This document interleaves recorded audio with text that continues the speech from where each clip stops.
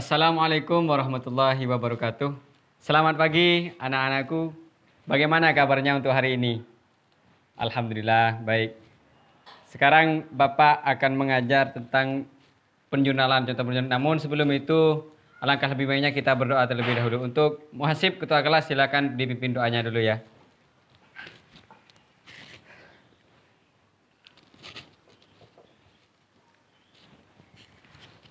Oke, terima kasih muhasib. Bapak sekarang ini akan menjelaskan tentang penjurnalan. Kemarin kan sudah dijelaskan ya tentang apa pengertian penjurnalan, apa siklus akuntansi perusahaan jasa. Di situ nanti siklus akuntansi perusahaan jasa itu ini yang pertama akan mengumpulkan transaksi dan terus penjurnalan. Saya tanyakan dulu ya, apa itu perusahaan jasa? Muhasib, ketua kelas sebagai contoh. Oh, terima kasih. Doni, silakan Doni.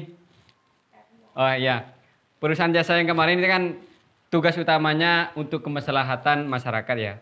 Ini sekarang tentang siklus akuntansi yang pertama tentang jurnal umum. Namun sebelum itu tujuan jurnal umum ini nanti akan terbuat menjadi laporan akhir dari perusahaan jasa. Ini masih langkah utama ini, jurnal umum ini masih langkah utama.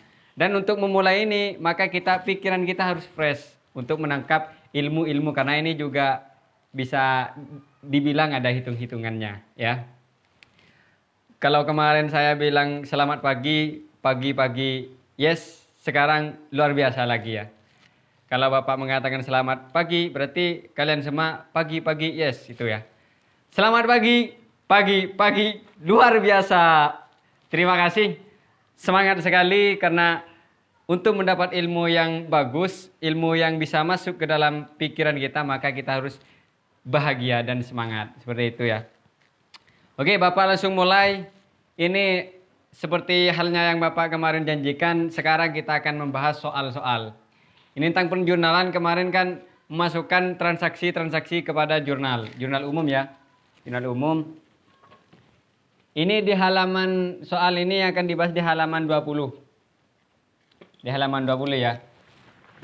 Yang pertama ini apa ya, analisisnya atau ceritanya gini. Ada sebuah tokonya Sarah, toko jahit ya ini. Pada tanggal 2 November 2017 Ibu Sarah mendirikan usaha jahit dengan nama Jahit Express. Jahit Express dengan menyetor uang sebesar 15 juta.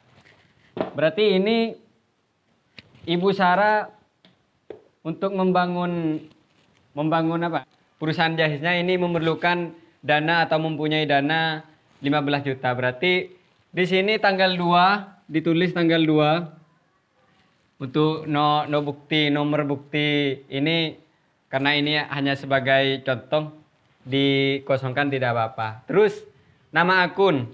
Berarti ini kas. Bisa masuk ke kas itu masuk debit berarti kas di sini kas.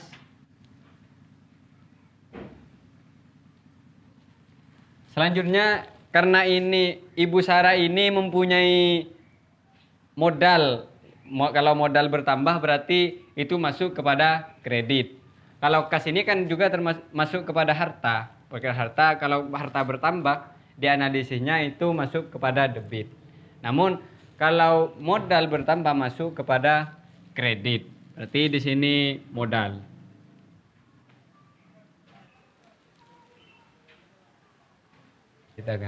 Nanti jurnal umum ini harus sama, harus balance.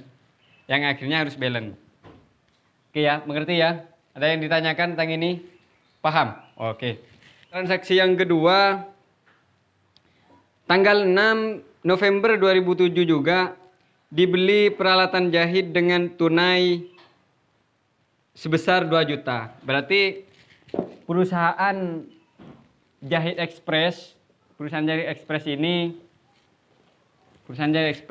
membeli peralatan. Berarti kalau peralatan itu masuk kepada harta. Betul, Bu Hasib. Bagus. Berarti ditulis di sini tanggal 6 ya. Tanggal 6. Sip. Ada spidol sih, Mas Sip. Terima kasih spidolnya. transaksi yang kedua tanggal 6. Tanggal 6 di sini ada pembelian peralatan. Pembelian peralatan ini kan ketika kita memberi peralatan kantor itu masuk kepada harta. Berarti masuk ke debit. Kalau harta bertambah masuk ke debit. Di sini ditulis peralatan. Peralatan mengeluarkan kas ya. Mengeluarkan uang itu yang membeli pakai uang kas. Berarti uang kas berkurang. Kas berarti ada di Doni. Apa? Ada di mana Doni? Kredit. Bagus. Sip. Berarti kas ada di sebesar 2 juta. Oke ya. Bapak lanjut ya. Yang selanjutnya ini transaksi yang ketiga. Tanggal 7 November 2017 dibeli perlengkapan secara kredit senilai 350.000. Ini perusahaan Jahit Express ini membeli peralatan, membeli perlengkapan ya. Membeli perlengkapan sebesar, berarti pada tanggal 7 November ini perlengkapan ini kan debit. Perlengkapan. Berarti perlengkapan ini masuk di debit sebesar 350. Oke ya. Sudah mengerti? Karena ini pembeliannya secara kredit, berarti kan ngutang. Kalau kredit itu kan ngutang. Berarti di sini hutang, ditulis hutang. Hutang. Masuk kepada kredit 350 juga. Oke. Sudah paham? Transaksi yang terakhir, transaksi yang keempat. Pada tanggal 10 November 2017 diterima uang atas jasa jahit yang telah dikerjakan sebesar 500.000. Ini kan pada tanggal 10 ini menerima jasa ekspres itu Jahit Express, perusahaan Jahit Express menerima uang sebesar 500.000. Karena kalau kita menerima uang berarti di sini tanggal 10 November ini kas bertambah. Karena ada yang jahitan yang sudah selesai dan sudah dibayar, yaitu 500.000. Nah, ketika kas ini bertambah, dan itu kan pendapatan jasa. Kalau pendapatan jasa itu bertambah, maka itu masuk di kredit. Nah, seperti itu ya. Di analisisnya masuk di kredit. Itu kan ada di LKS itu analisisnya besar 500.000. Oke. 17 juta 850.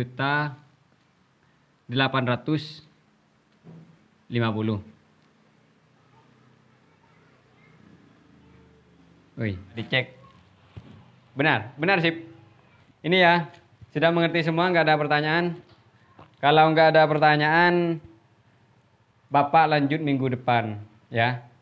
Namun kesimpulannya dari ini kita membuat jurnal umum ini ketika ada kas bertambah itu masuk ke debit. Ketika modal bertambah itu masuk kredit dan seterusnya begitu. Ya. Ini nanti setelah buku besar, nanti di sini kas-kas itu ditaruh di buku besar, kas-kas, akun kas, hutang-hutang semua itu. Minggu depan kita belajar itu. Oke. Ah, sebelum itu kita kasih oleh-oleh dulu, Bapak kasih oleh-oleh. Itu kan ada di halaman berapa? 30 ya. Ini kan 20, yang sekarang 30 itu ada cerita, ada perusahaan makmur ya, ada perusahaan makmur itu bengkel, itu ada ceritanya, tolong itu dibuat jurnal umum. Oke. Terima kasih untuk hari ini, semoga kita sehat selalu dan diberkahi ilmunya, amin amin ya rabbal alamin. Kurang lebihnya dari Bapak mohon maaf. Assalamualaikum warahmatullahi wabarakatuh.